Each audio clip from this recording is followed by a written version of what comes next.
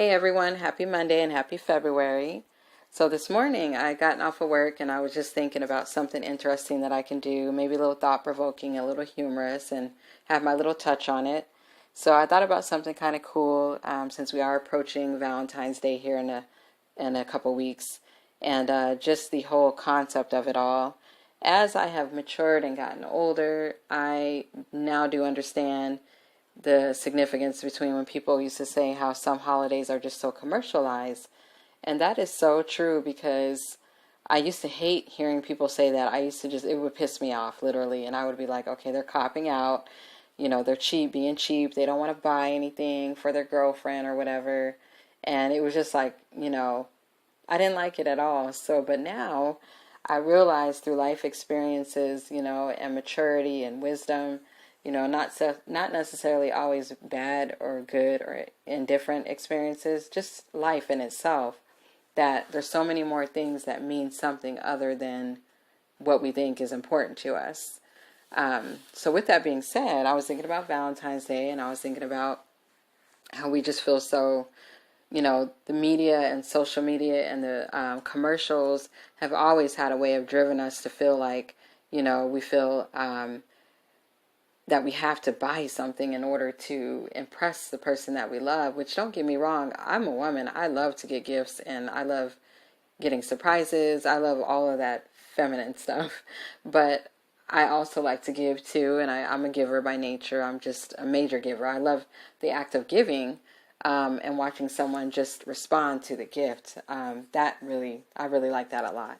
So anyhow, I was thinking, how the symbolization of a rose, especially a red rose, which is so prevalent, during Valentine's Day and given, it's given so loosely and received so loosely, that particular type of flower, and the significance behind it is just so much more that I think we just kind of lost touch of what things, signify anymore.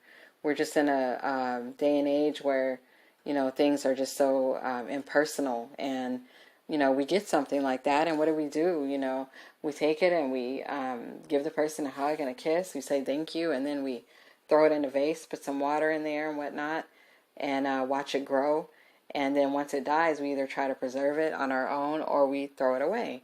So, but what I was interested in this morning when I was reading up on it is the center of a rose. And the reason why I'm big on the center of things and people, because to me, your outside means nothing to me. I'm not impressed by the way you look. I want to know about how you are inside of you. That's what's attractive to me. And as I said, if you ugly inside, you ugly on the outside. And I really think that's true because, people really do show their true colors, and it comes from within. It never comes from without. We could walk around looking beautiful all day long and looking, all draped down in jewelry and the great, clothes on our backs and everything. But if we have a shell, that is empty inside, then, that's not much substance to a person. So as I was reading and found something kind of cool on the rose, and I was really interested and curious to know about the center of a rose on what it's derived from.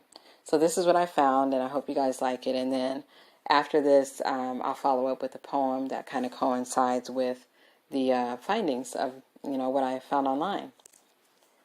Found at the center of the petals, the stigma is the portion of the rose that accepts pollination. It is usually covered in powdery yellow pollen, which is a substance that contains male sex cells. The stigma is a small lump in the center of the flower. It sits at the end of a hollow tube that leads down to the center of the rose. And I thought that was kind of, interesting reading about that because, when you think of our thought process on intimacy, like we're taught that, intimacy is always about touching and feeling and the act of sex. And it's like, that's not always true because an intimacy can be between two people. Two best friends can be intimate without touching one another. It's the act of knowing one another and knowing the core of a person and the heart of a person and the soul of a person. And I myself, as I've matured with wisdom throughout the years, I really am intrigued and can seriously feel the good vibes off of a good conversation with a person that I can carry a great conversation on. And, we're just vibing on every level, and we can make each other laugh. That's so important to me, like in life. Like, people are so shallow nowadays.